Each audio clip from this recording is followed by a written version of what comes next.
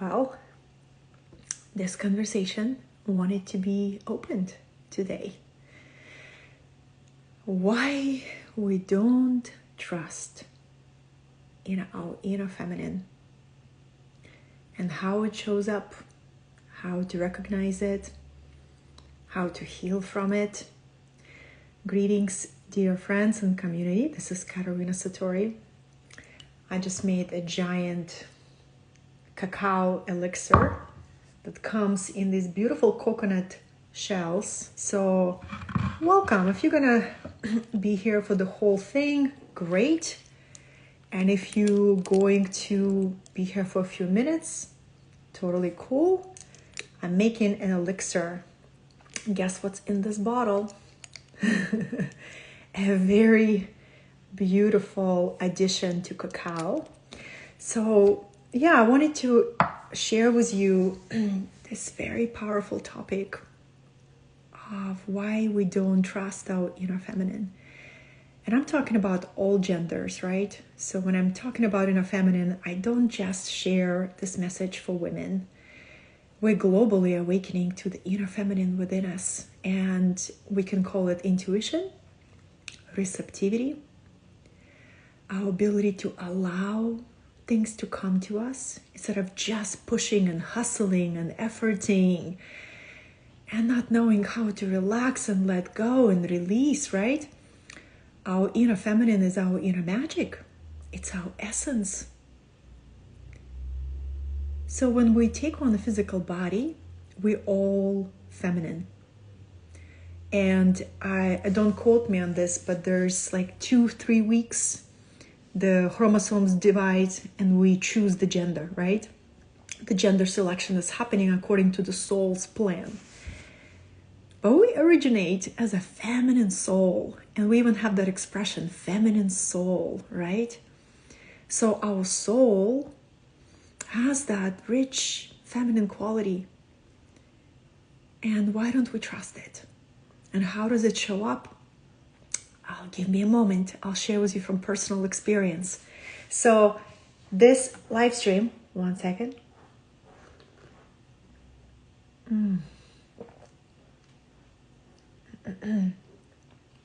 So a little bit of a background story, how I came to this realization. I was raised by a woman, by my mother, who was a total tomboy. My mom had very little femininity. And people get surprised by that because when they look at me and they say, "You're so feminine." And I say, yeah, I did not get it from my mama. I got strength, resilience, resourcefulness from my mama. My mom was a badass, a survivor, fighter, warrior, but she was not a feminine woman. She was very, very tomboy. So all my feminine codes I got from my best friend mother. So when I was 12 years old, well, I actually met my best friend at 7. My best friend mother was a dance teacher, and she would always walk with elegance, dress incredibly feminine, move like a swan, right? When you're a dance teacher, you're very in tune with your body. And I was enchanted by her. You know, when you're 10, 11, 12, you're so open to, you're so impressionable. Do you remember yourself at that age? You're so impressionable. Who is your role models? Who, what are you drawn to? So I was taking dance classes, different types of dance, and I just wanted to be like my best friend mom. I wanted to be like a swan, right? And that phase did not really last long because when I grew up and I entered the real world, I quickly realized I had to pick up the shield and a sword and fight my way through the jungle of life.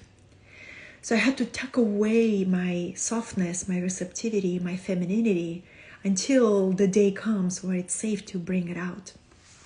So I turned into as I call it, an Amazon woman, a warrior woman, especially when I moved to the United States as an immigrant. And you pursue a better life. Like, you come here as an immigrant, not because your life in other countries is so great. You come because you feel like you can't build anything worthwhile in the country that you live in. So I came to this country 20 years ago, and I was a hustler. I hustled, right? Which is a great quality to develop in yourself, right? There is no inertia. There is no like waiting for the world to bring things to you on the plate. You just go out there and you create a better life for yourself. So, but this is what happened next. Around 30 years old, I start feeling deep transformation and a deep call to a different way of being. I didn't have words for it, but my inner feminine, my soul, was asking to be listened to and to be acknowledged and to be tended to in a new way. And I remember it all began with having curiosity about what would it look like to get to know my feminine side more. What would it look like to dress differently, maybe to add more color to my wardrobe? I used to wear all black clothes. Can you imagine? Yep, black was my favorite color. And that also tells you where a person is psychologically, right? If you're not drawn to the color in your life. Well, I remember I was going through this chapter where I said, I just want more color. I want more beauty. And I started decorating my home and creating a different kind of environment. And my soul would come more and more into aliveness. But then, around 35, that's when I start feeling a deep call to all things divine feminine. And it looked like a deep fascination with magic, with mysteries, with a ritual, a deep fascination with understanding how to listen to the earth, how to hear her voice. I wanted to walk barefoot. I wanted to, just be really, really free. And that was the beginning of awakening to that inner feminine that I suppressed, repressed, pushed away, tucked away to the time where I have time for her. Fast forward a few more years where the understanding of how do we let our inner feminine guide us, right? Lead us forward, nourish us, inspire us. Inspiration comes from our inner feminine. All our great ideas come from our inner feminine. So why don't we trust our inner feminine fully? And the way you can tell that you are facing that edge of trusting your inner feminine is a real challenge to surrender to a greater intelligence of life, a real challenge to allow yourself the space of non-doing, the time for being. I remember when I was very disconnected from my feminine, I would go onto a vacation. I would travel to a beautiful tropical island, and I would be there, and I could not feel relaxed. I did not feel at ease in my own body. I trained my body, I sculpted it. It looked great, almost perfect on the outside, but I felt like a stranger to my own body. And that's another sign that we don't feel connected to our inner feminine. So if we don't trust our inner feminine, it reflects in our real challenge in trusting life itself, where our life is taking us, where it's unfolding us, and especially not trusting the chapters that you are being asked not to know, where you're being led by your soul. And you're only being shown just a little bit of clarity, maybe just a few next steps, and your mind is like freaking out. It wants a plan. It wants a particular direction, right? But here's how we heal that. We heal that wound. It's the wound that, you take on when you take a physical incarnation on a planet where the feminine has not been honored for many thousands of years. So to understand it's a collective wound. Hi, dear Veronica, good to see you. Taking a little more cacao. I like to zoom out in these conversations to a collective level, right? There is always an impact when we incarnate into a society where the feminine has not been revered. Feminine has been placed as secondary. It's a wound on our psyche, and that means that we have learned since a very early age to ignore our intuition, to not pay attention to the subtle signs, right? To listen, to hear our subtle voice of our soul guidance and not act on it. That's all the signs how we don't trust our inner feminine. And how to heal that, I would say you begin to heal that by becoming aware that it's there, and by learning to be with your body, learning to be with the chapter that you're in, learning to open your heart, learning to feel your feelings. And it's easy to say than to actually practice. So this process of healing your inner feminine can take a long time, and it's never going to end. I'm just going to save you a lot of time if you are searching in this area. This is going to be a spiral, right? The feminine path is a spiral path. You come back to yourself and you feel at peace and at oneness. You feel like, oh my goodness, I finally did this. I accept and love myself as I am. But then there's always going to be another spiral. You're going to find another fragmentation, another part of your soul that has been split. And you got to tend to that part. You got to accept it. You got to allow it, right? The feminine is healed and nourished through ritual. It's so true, right? So I'm your local elemental witch. I totally own this title. Witch is a woman who knows her power. So one of my witchy practices is a ritual, right? And if you watch my stories, you often see me holding rose petals. For those of you who love my stories, hello. So the rose petals, what most people don't know about magic, real magic. These petals are a communication device with the spirits of nature.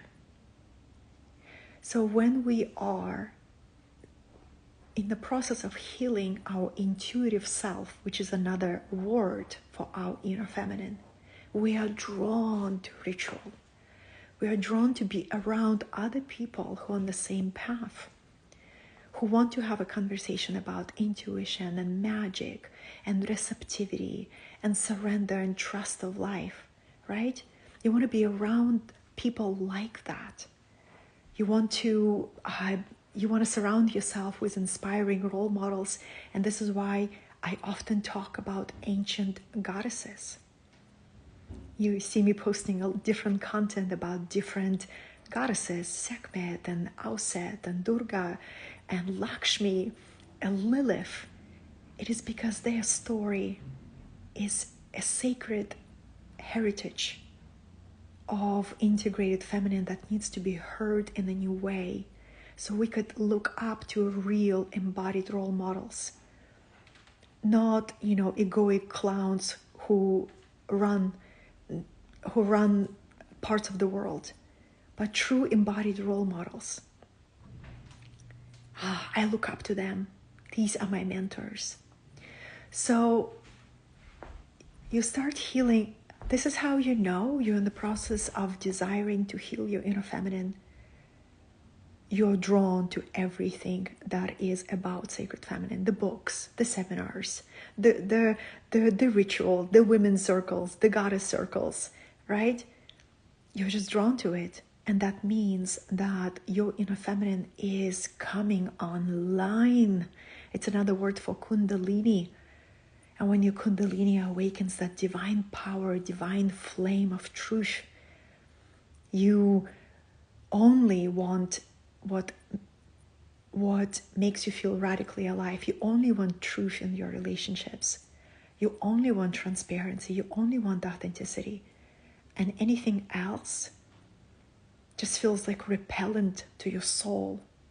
You become more and more brave. You begin to turn down, to take off these layers of identity that you thought you needed to have to be safe in this world. The mask of a nice guy, a nice girl, the mask of a rescuer, the mask of the martyr.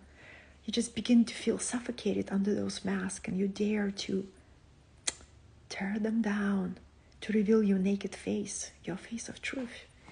That's how you know you begin to heal your inner feminine, my friends.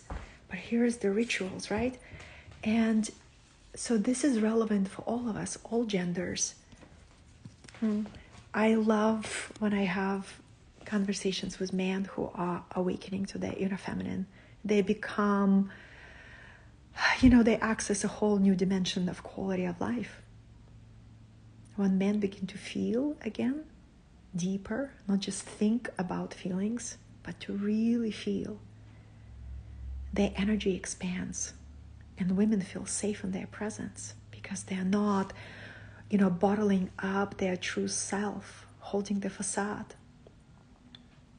Integrated feminine will never trust a man who is not daring to feel their true feelings.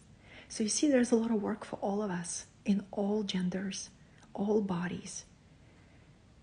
There is this voice of inner feminine that wants to awaken, that wants to be healed, that wants to be honored, that wants to say, you know what, I want radical aliveness, I want authenticity, I want magic in my life, I want enchantment, I want enchanted life, I want enchanted love, and I am worthy of that, and I'm choosing to heal so I could live from my wholeness.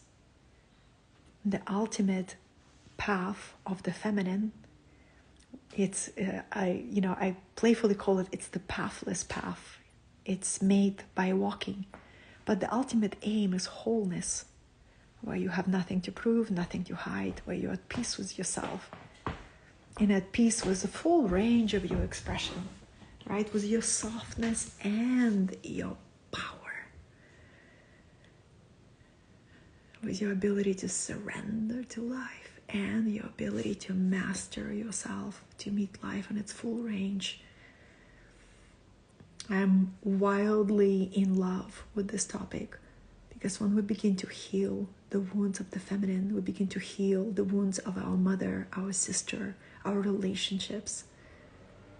And when we don't heal that, there is going to be a dissatisfaction. It feels like something is missing, like you are on the surface of reality and you're not daring to dive deeper. So, you are healing your inner feminine, where you begin to trust life more and more and more and more.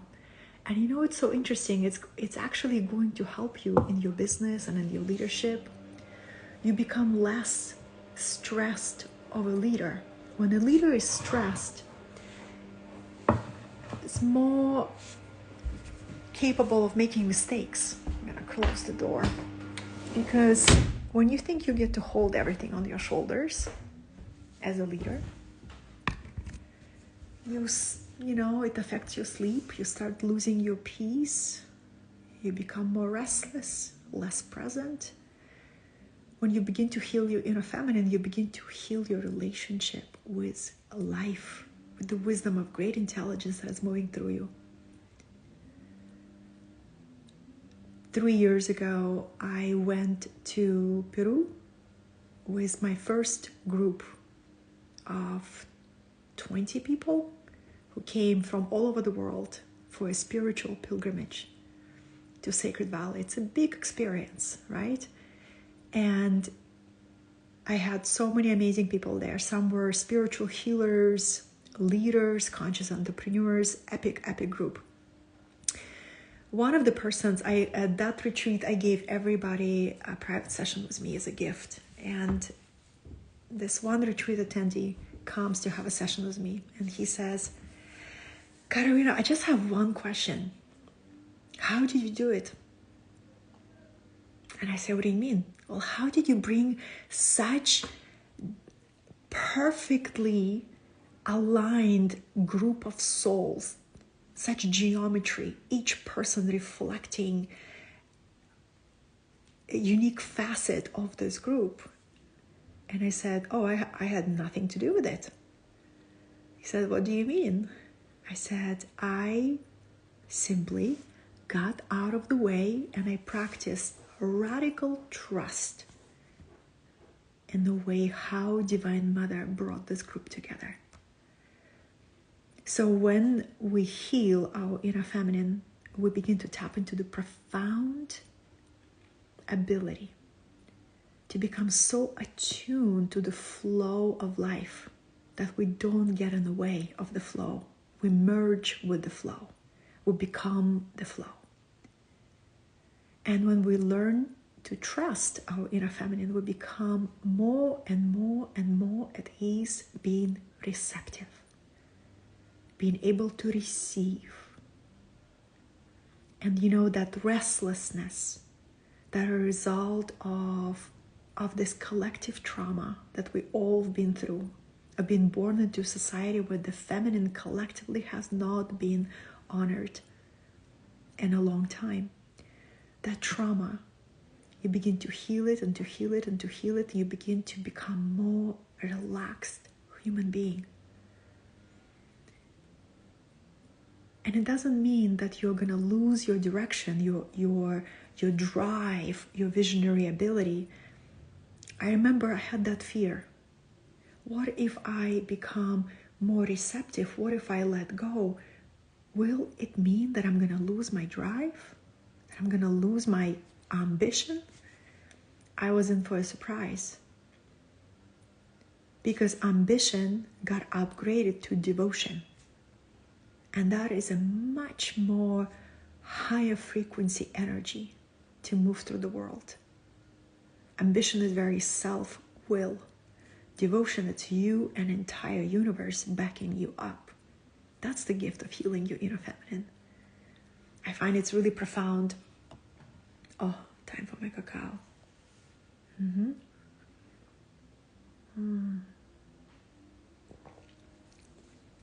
I was going to go on the walk. I am going to go on the walk. But I felt this transmission. I'm like, oh, here it comes. Here it comes. So, Divine Souls, in exactly a week from now, right here in this temple that is dedicated to Divine Mother, I'm hosting a one-day Sacred Feminine retreat. I want to make one more invitation for beings of all genders. This is not only for women. I would love it if men came. I actually had a private client at the end of December who booked a private immersion for the purpose of connecting to his inner feminine. I was in awe. I was celebrating. The male client who is booking a full day to spend with me because he wants to connect to his inner feminine and to trust his inner feminine. This is something to celebrate. This is a huge breakthrough in our society, right? Women, we were at the frontiers of this revolution for a while, but look, men are feeling that too. And they're being called to connect to that part of themselves, the inner mystic, the intuitive self that wants to be nurtured, that wants to feel more alive. So in this one-day retreat, it's going to be dedicated to creativity, healing, magic, manifestation. And it takes place on a very special day, very, very special day, a cosmic portal, the day of return of the spring. You know, this winter had extra density, extra energetic density. So to celebrate the return of the light, the return of inner creative flame, we are going to explore the creativity from the inner feminine perspective, the different phases of creative process. What I'll be teaching on this retreat will be absolutely life-affirming and life-changing, because everything in our life is a reflection of, do we express our creativity or not? Our creativity, our unique soul talents, our gifts. And we're also going to work with the elements and learn these ancient ways to connect to the element spirit of the fire, air, water, earth. We're going to practice magic together. And we're going to practice breath work and visualization and emotional expression and flow and dance. I just wanted to do one more last call to make sure nobody misses this opportunity. It's right here in this beautiful home, a beautiful temple. It's perfect for events of this nature. On this note, my darlings, you can also meet all these amazing crystals that I have. Look at this giant rose quartz. They all will meet you. So I am in Southern California, and if you'd like to learn about this one-day experience, send me a private message. You can also see everything I offer in the link in my bio. But I just wanted to share this message because when we begin to attune to the calling of our inner feminine, we begin to heal this deeper, wiser aspect of ourselves. Everything changes. We become magnetic. We become alive. We become filled with enthusiasm for life. Not just hope. Real, dynamic enthusiasm. Where you wake up and you can't wait to live fully. Right? So our inner feminine is that voice of our radical aliveness. Thank you so much for joining me. If you watch this as a replay, for those of us who will watch this as a replay, I'm going to post it in a minute. Let me know in the comments what resonated with you, what connected with you, and what are you excited to implement. And if you want to know what cacao I'm drinking, again, a link is in my bio. It's a very special cacao. Once you start working with cacao, there is no way back. It's like a good lover will nourish you with its amazing energy. Part of the event, I'll be teaching my elixir making secrets. So that would be excellent too. It is next Sunday, February 2nd, and it's in Southern California, the town called San Clemente, which is halfway between San Diego and Los Angeles. The closest airport is John Wayne. So that's all the details that you really need to know if you want to join us in this magical event. Thanks so much for joining. This was Carolina Satori, and now it's my time.